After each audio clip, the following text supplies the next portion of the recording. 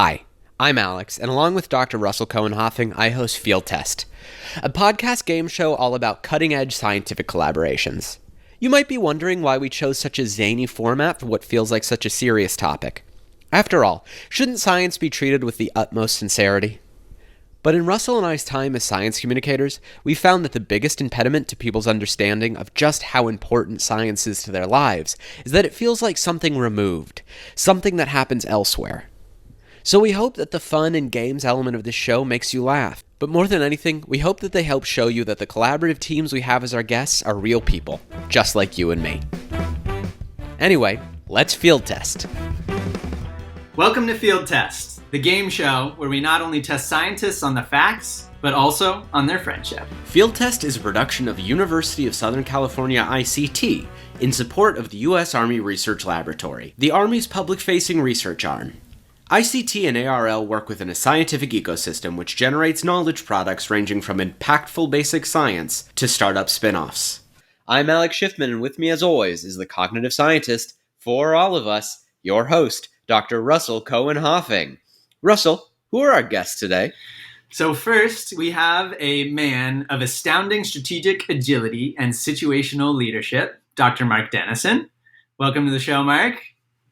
Thank you for having me. And we are also blessed to be joined by the creative and innovative and soon-to-be PhD, Tiffany Raber. Welcome, Tiffany. Thank you both for having me. Tiffany and Mark, thank you guys so much for coming on the show. Let's start off by having you guys talk about how long you've been collaborators for. Okay. So Mark and I have been officially collaborating since April of 2020, so not a really long time. But a fun fact is that Mark and I were both inducted into ARL at the same day, or at the same time on the same day.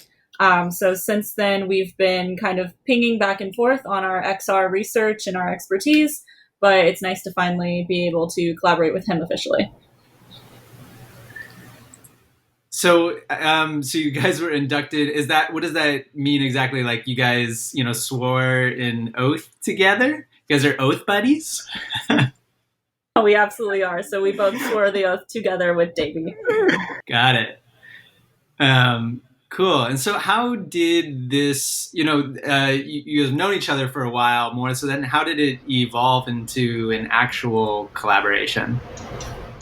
Yeah, so I run a project at ARL looking at how cross-reality or XR technologies are used in a variety of use cases. And I've been aware of Tiffany's work that she was doing with the former Survivability and Lethality Analysis Directorate, which got moved around after AFC took over. And so we had a slot open up in our branch and had a use case for someone with Tiffany's skills. And so we worked hard to see if we could get somebody local like her rather than try and scout somebody fresh out. So once we had that happen, she got detailed over to my team, and now she's been with us officially. So you poached her? Yeah, I poached her from SLAD. Tiffany, how does it feel to be poached? Well, I have to admit, I really enjoyed all of my work, and it was a great learning experience to be an intern and then be at SLAD, which is now currently DAC.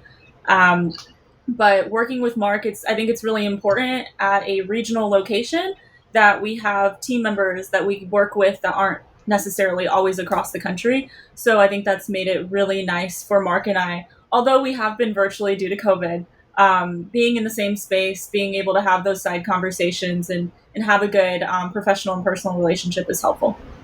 Yeah, and just for those who are listening, this is, ARL, Army Research Laboratory, is like has a distributed workforce, which is I think really cool thing about it is that, you could work from ARL anywhere in the country, and a lot of people, also work in many different places in the world, with ARL. So, but as you're saying, there's an advantage of being next to the people that you actually work with.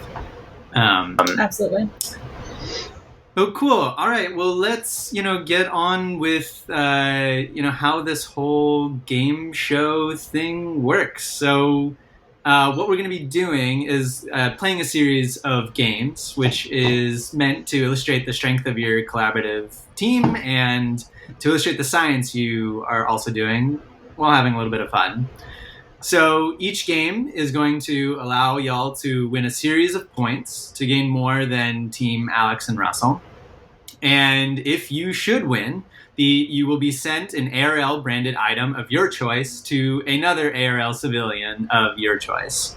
So, Tiffany, who are you going to be playing for today? The ARL civilian part will be myself, but I really want to represent Mr. Theron Trout, who is really, I feel like Mark and I, from the software perspective, wouldn't be able to be here without him talking about this like awesome work that we're doing. He is the creator and founder and CEO of Stormfish Scientific, and he contracts directly with CISD, our directorate, and Mark has been working with him closely for a long time. And for me, I will have to give it to Mr. Michael Landis, who is our branch's dedicated IT administrator. He's the one that allows us to have special computers and special internet access that people in the other directorates don't have. And so we're very fortunate to have him as sort of 24/7 support for all the networks we use. And it's a tireless, thankless job. So very well deserved for Mr. Landis. All right, great. Well, best of luck to you guys on that. And I guess just right before we get started, Tiffany and Mark, do you guys have any words of encouragement for each other? We've gone through far worse than this. Yeah, I don't think I could have said it better, Mark. Awesome. All right. Well, let's move on to our next game. So this game is the acronym game, and we're going to start out with I'm going to give a clue first for Alex, and then followed by Tiffany. You're going to give clue first for Mark. So we're going to put we have 1 minute to guess what the acronym is. I'm going to spell it out and then have to give clues for every single word to get the acronym. And if you get the full acronym, it's 5 points. If you don't get it in time, then you don't get any points. All right. So I have my acronym for Alex. Alex, are you ready? Never been more ready or less ready. I'm equally as ready as I'll ever be. I think I'm excited. Good. You look excited. Okay. All right. So I have a minute on the clock. I will start. Actually, Tiffany, give us a countdown and then I'll start.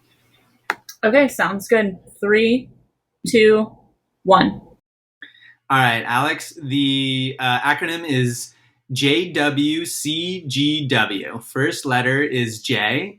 If you are not standing, you can do this into the air.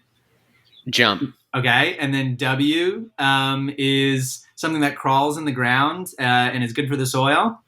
Worm. So jumping worms.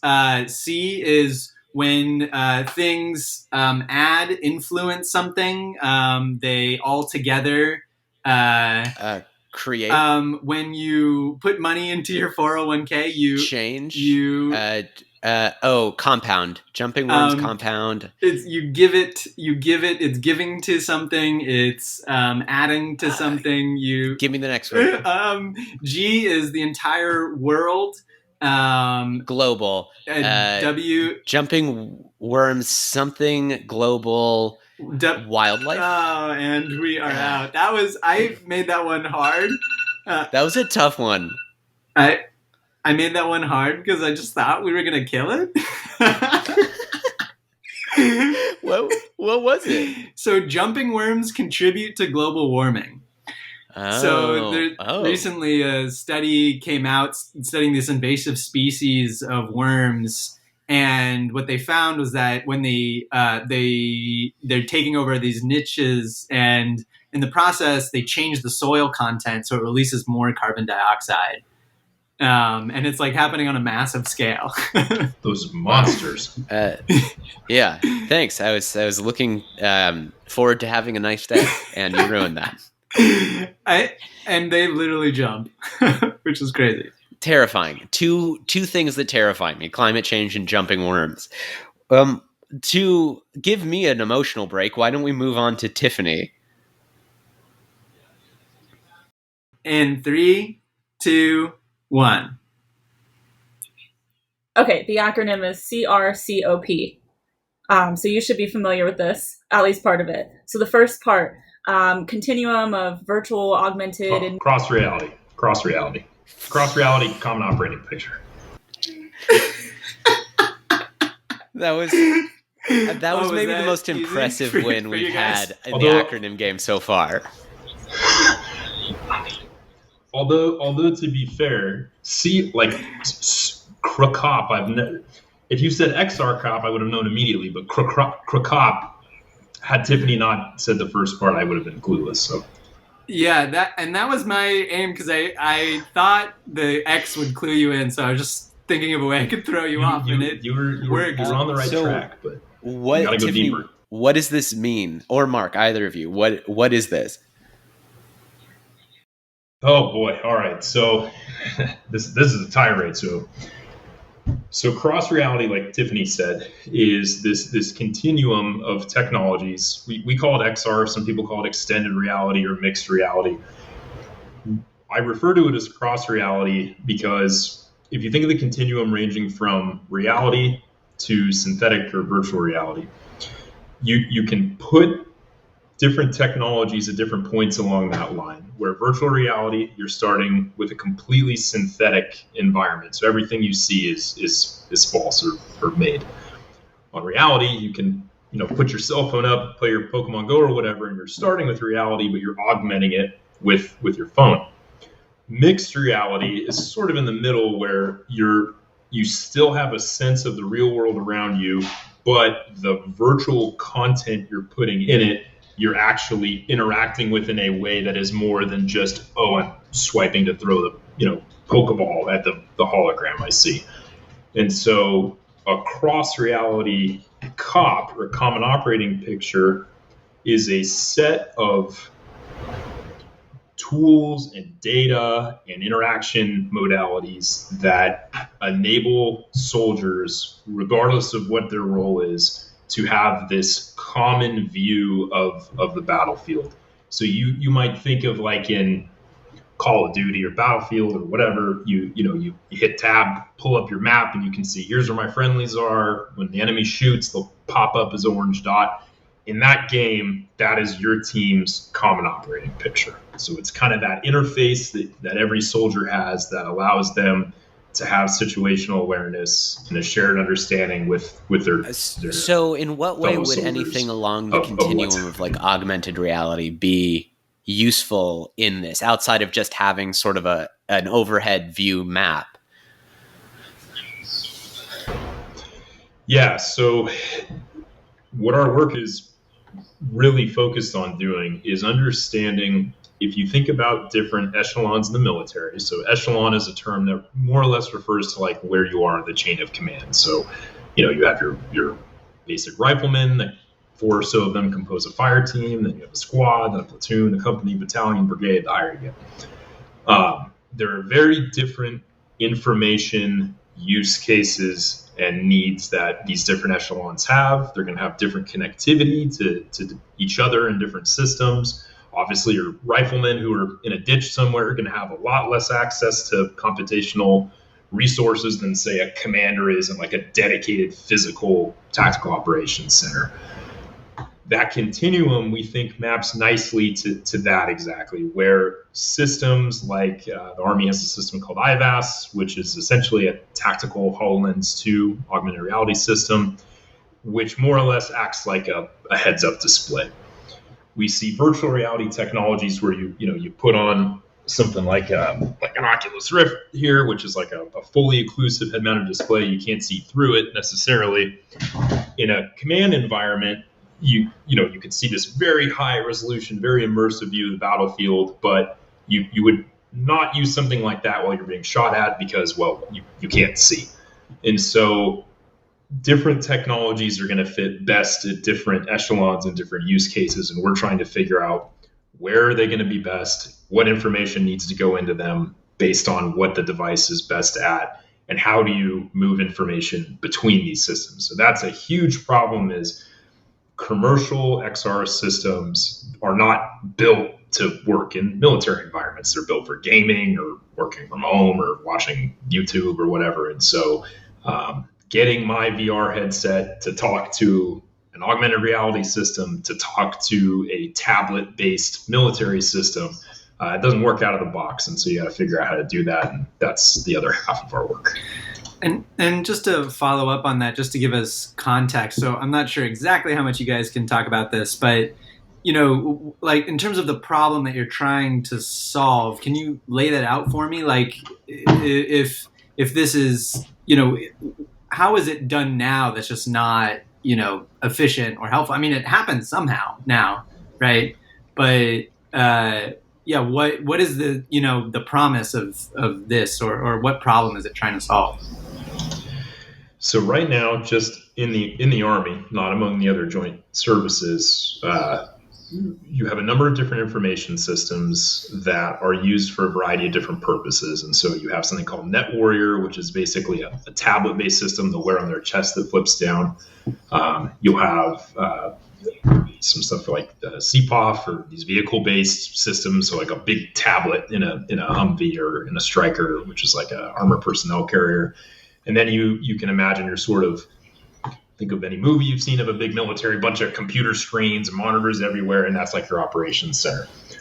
Those systems are controlled and managed by very different people, and they are developed in silos, and somehow they all have to talk to each other.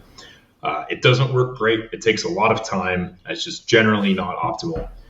And when you get down to the very tactical levels, most of the communication that is happening is just somebody talking to you over a radio. That's about as good as it gets. And even then, that barely works. And so it's a huge leap to move to something like every soldier is going to have a heads-up display that's just going to work.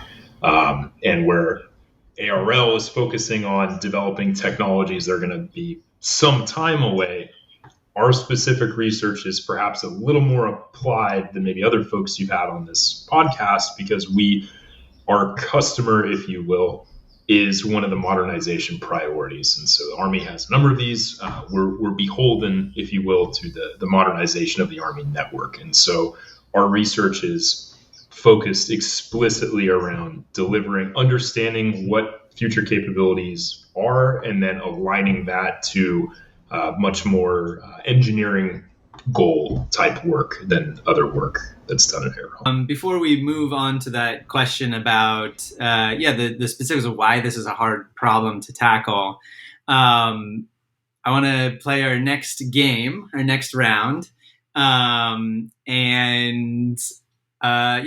will be giving me the next acronym game. So Alex is going to be giving me clues, and followed by Mark. So Alex, I am ready when you are. Let's get a countdown from Mark.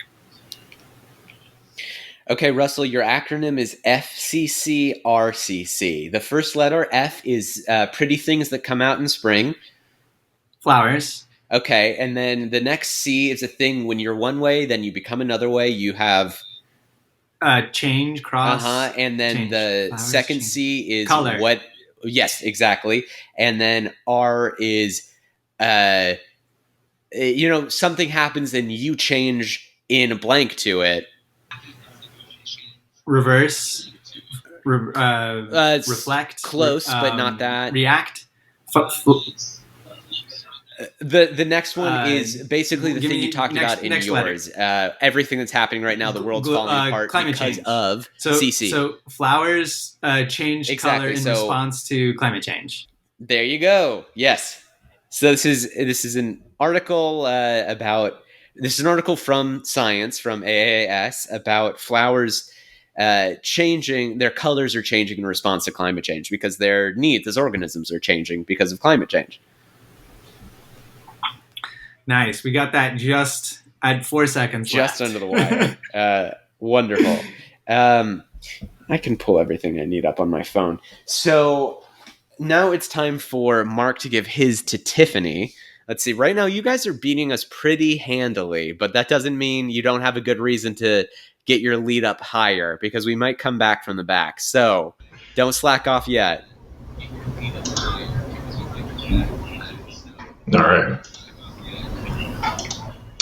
Okay, you ready, Tiffany? I'm ready. All right. Your acronym is IAIS. All right, so the first letter, getting devices to talk to one another.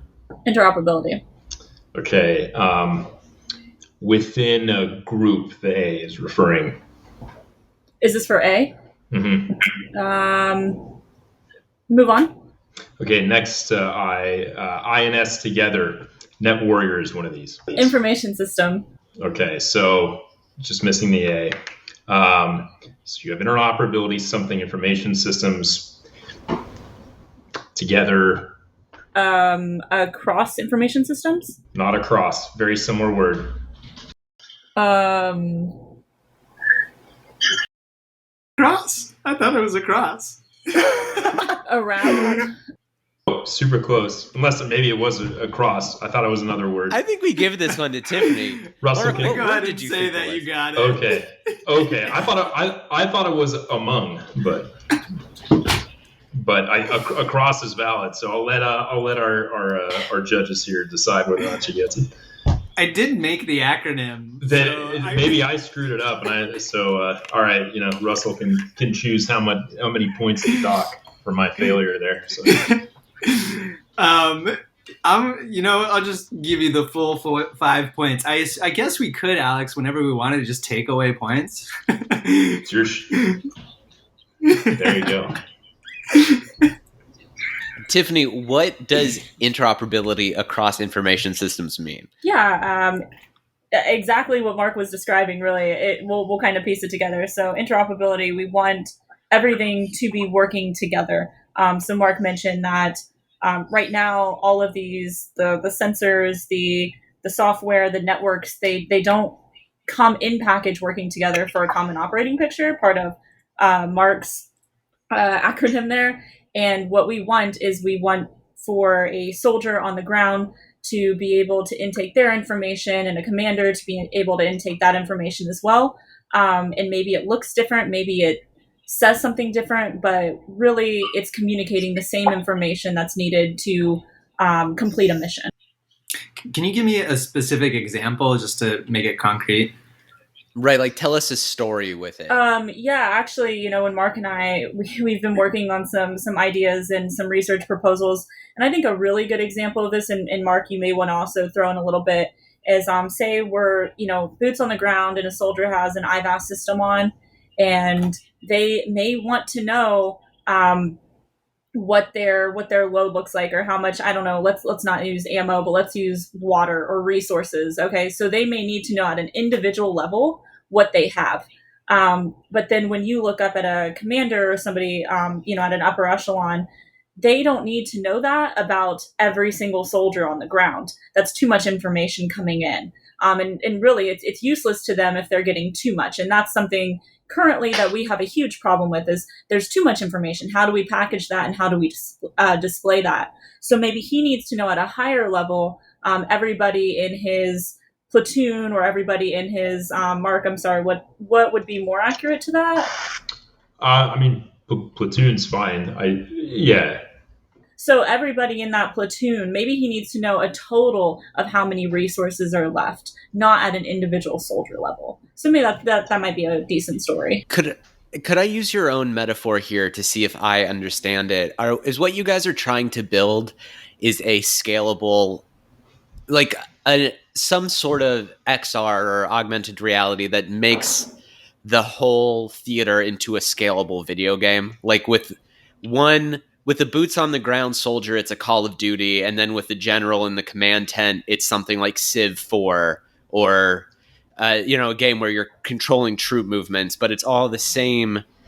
To use this metaphor, and I don't want to refer to something like War necessarily as a video game because I don't want to be flippant about it, but you're scaling up the level from something where it's as much first-person shooter all the way to something where you're controlling wide troop movements, but everyone's in the same game. Exactly. And the difficulty comes from, I think they stopped doing this around Battlefield 3. They actually had a mode in the game where all you would do as a commander is look at a 2D screen and you would interface with people in the environment. But those people were playing it as a first person shooter.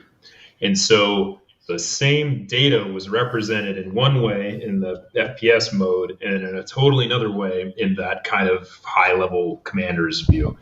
And so that is essentially what we're trying to do in practice, but dealing with all the complexities of, these systems don't talk to each other, the network sucks, how do you get them to exchange the right data? That's the kind of space we're in. Is this a case where where instead of art imitating life, it's more of a life imitates art sort of situation? Where you've seen things in video games and gone, well, why can't it work that way?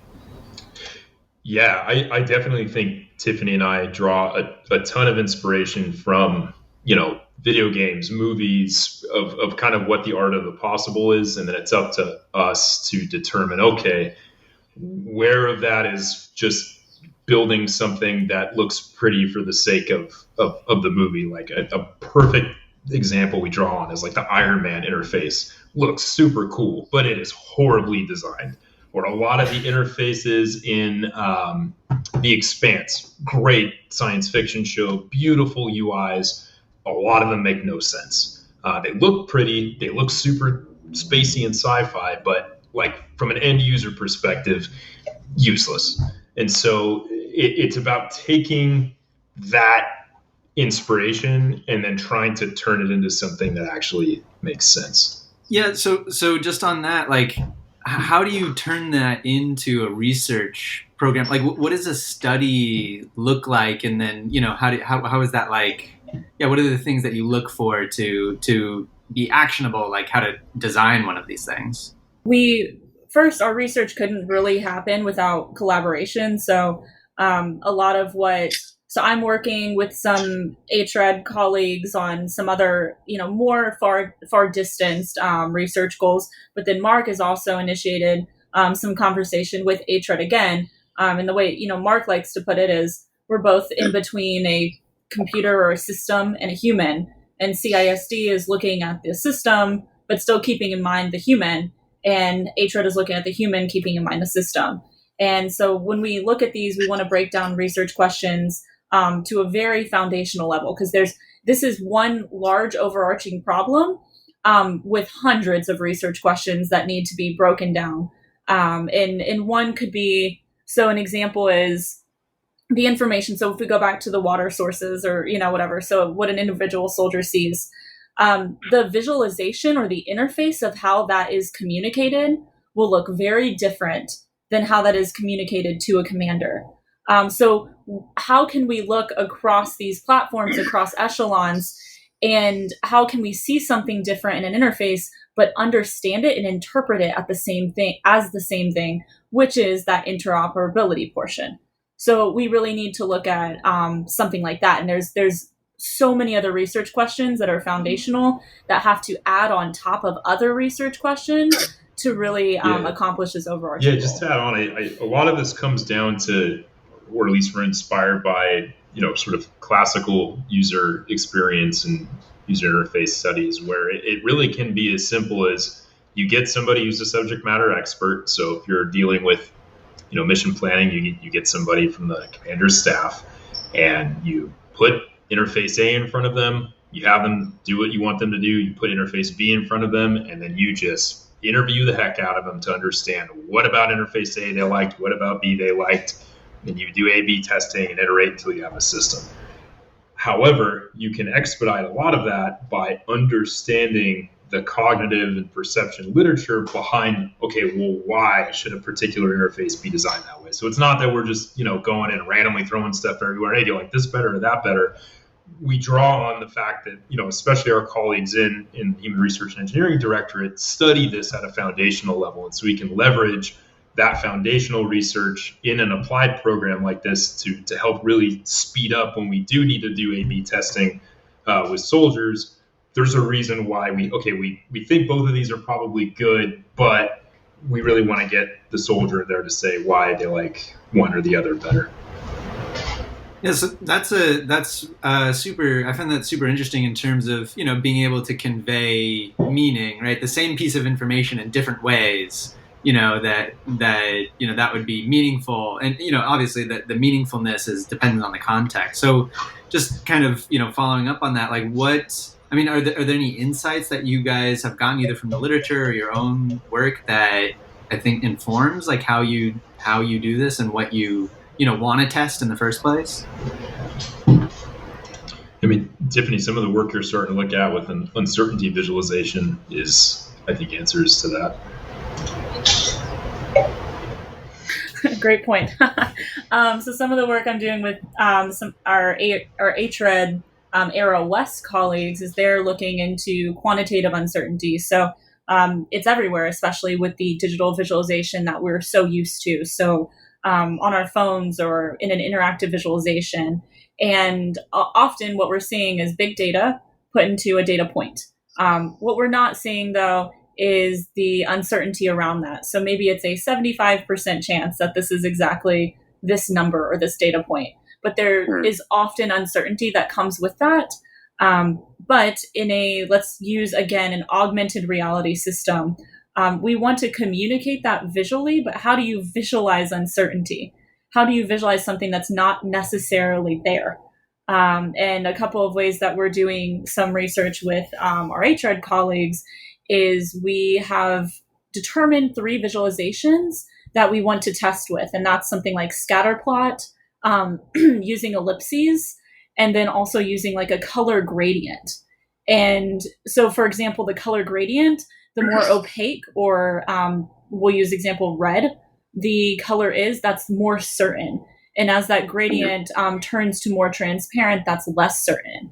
And we're testing a bunch of users that are not experts, and that's very important because we want to know if training on these visualizations can improve the understanding of quantitative uncertainty. And we're running them through hundreds of trials. And then we're measuring if they do improve based on speed, accuracy, and how fast they improve in the task of hundreds of trials. Would an analogy for, this is a more complex, I guess, scenario, but it just occurred to me, like, when I went into the doctors last week, there was somebody with like a temperature gun. It wasn't even a gun. It was just like a thing set up. It was like a policeman have those like speed guns, but this was for temperature. So you could imagine, right, like if the uncertainty was how accurate that estimate was. If there was, like, I don't know, you could change the uncertainty into color. Yeah. I can give you a great example, and it's medical based, and it's something that many people come into contact with during their life. So if you get your blood test results back, so say you're being tested for a disease, and it comes back as positive. But is that really 100% positive? No, it's usually a combination of all of your blood tests and what looks abnormal. So we want to break that down, or if our end user is a patient, we want to break that down into something that they can understand and not throw them a bunch of numbers and a bunch of even acronyms that they may not understand. So we want that to be more simple. And for a soldier's perspective, we want them to be able to interpret it very quickly, because obviously that speed on the battlefield is very important. Brings me to a question I wanted to ask both of you. What potential future uses for civilians do you guys foresee with something like XCOP? Oh, yeah. I mean, so right now, the police and I believe fire and EMS have a version of, it's called ATAC, or the Android Tactical Assault Kit. And I believe the civilian version is the Android, I think it's like Teaming Awareness Kit. They changed the tactical, or assault. They're using it just to track, okay, where are firefighters as the forest fires are going on? For police, okay, where are people, where are things? They're just generally using it as a situational awareness tool to understand where people are going. People in the airsoft community are using it for when they go do their stuff. I actually have used it when I go on these long kind of off-roading trips. You can link it into your radio, and just from a civilian use case, using radio can track, where my other people are, am I off-roading group. If you're camping, you can use it just to have just general awareness of what's around you. Taking that to something like IVAS, if you were driving or camping or whatever, anytime you need information and you want it to just be available to you in whatever interface it is, that's your common operating picture. I mean, I would even argue that your instrument cluster on your car is the COP for the vehicle. Like that's how you know everything about the status of your car. Oh, interesting. So with the car, right, there's all these parts of the engine, there's the engine, there's the brakes, there's all of these things. And when a warning light comes on, you don't even know like what the underlying problem is until you do some other, I guess the warning light is like a piece of meaningful information. And that's a great example because the general user of that system, your car, is just going to be your everyday driver. All they need to know is a warning light because they're not a mechanic, likely. Then that just provides them, hey, you need to go to the shop. But the mechanic, they go in, they hook up the computer to the car, and then they can extract all the information they need.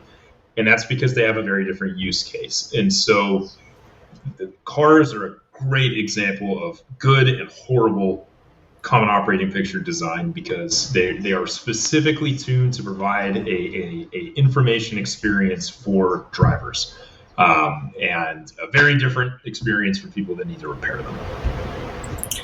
So a future, kind of the future world, is that if I wanted to just like, I don't know, plug into my car and just know all these different things, I would easily be able to do that versus, having to, I mean, all the Tesla cars have completely, rethought the idea of what an interface is in a vehicle, and it's on that tablet in there, and you can get a ton of information about your battery, your usage. And I think for a lot of the type of people who are buying Teslas and want to get that information, it is of relevance to them, especially if they're charging at home. That's information they care about. And I'm generally a fan of any system that lets you get into the guts of it, expressly understanding that if you get into it, you may break it, a la iPhone versus Android. iPhone has a great user experience, but you really can't tweak it that much. Android, you can tweak the hell out of it, but if you break it, too bad. So cool. Super interesting space to be in, spanning across all these, these really disparate areas. Seems like a really interesting space to have to problem solve in. But before we get to the end of this show, we have one more game, obviously because you guys need it. So this last game is actually just for you two. And we'll do one at a time. So why don't we can start with, let's start with Tiffany. And Alex, how does this game work?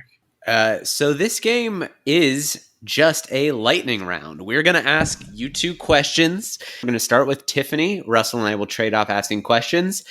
And Tiffany, you get 1 point for every question you answer. And then we go to Mark. All right. In 3, 2, 1. What branch of sciences produces the best athletes? CISD. What sport produces the best scientists? Track and field. What's on top of your fridge? Pans. Okay, who was the last person who yelled at you? My mom. If Alice has 3 apples and Bob has 6 and Bob gives Alice 3, why did he do that? I don't care. Okay, I'm going to say that's 5. She answered 5 right. All right. Okay. All right. Let me get 30 seconds on the clock. Alex, you are starting off with this one. Ready? Okay. Go. Mark. Yes. Mark, how many syllables is in one syllable? 1. What would you like downloaded into your brain? Everything. What is 7 times 6? 42. Is reality just a simulation? Yes. Is simulation just a reality? Yes. Can I get a ride to the store? No. What do you want to be when you grow up? Me. And that is time. That was 6. So 5 and 6 for a total of 11 points. And what that means is the final score for us is an astounding 5 points, won by me. And Good job. And y'all have a total of 23 points, making you the winner. Hey, it was neck and neck Good job, there for a while. Tiffany. It's pretty close. So, just to wrap up, we just want to ask you one last question, and that is, do y'all have any advice on how you collaborate well? Like, give us some secrets of a successful collaboration. Yeah, I guess I'll go first. So Mark and I, although we're a part of the same team and we have a third person that is across the country, the majority of Mark, myself, and Theron's work has been virtual. And I think that one, it's really about taking the problems in front of us and just figuring out a solution. So it's not easy for us to brief. Or I guess we're used to briefing in person, right? We're used to giving presentations in person. And instead of deciding that we just weren't going to do them, we just figured a way around it using the technology we have. And when we're collaborating, we're open ideas. We leave a Google Meet up. There's no forcefulness of like having to be on it. We can work, back and forth, but it's nice to just still be able to have those side conversations, even though we're virtual, that can then spark really great ideas. Yeah, just to end with, I guess, my thoughts on this is sort of the team lead for this project. Having trust in your people to do what you need them to do is critical, and to make sure that everybody who is in on the project, that you do them right when you're briefing, and trusting your collaborators and the people who are working on the project. I think that is a successful collaboration must involve trust between everybody involved in it, because inevitably somebody's going to be doing something and another person has to be kind of on the front lines of it, and you need to make sure everybody's on the same page. Wise words. Tiffany and Mark, thank you so much for playing, and we look forward to your future work. For those of you listening out there in podcast land, thank you for spending some time with us. Make sure to like and subscribe, and if you want to read more about Mark and Tiffany's work, look in the episode descriptions. I've been Alex Schiffman, and with me as always, the cognitive scientist for all of us, Dr. Russell Cohen-Hoffing, saying we'll see you next time.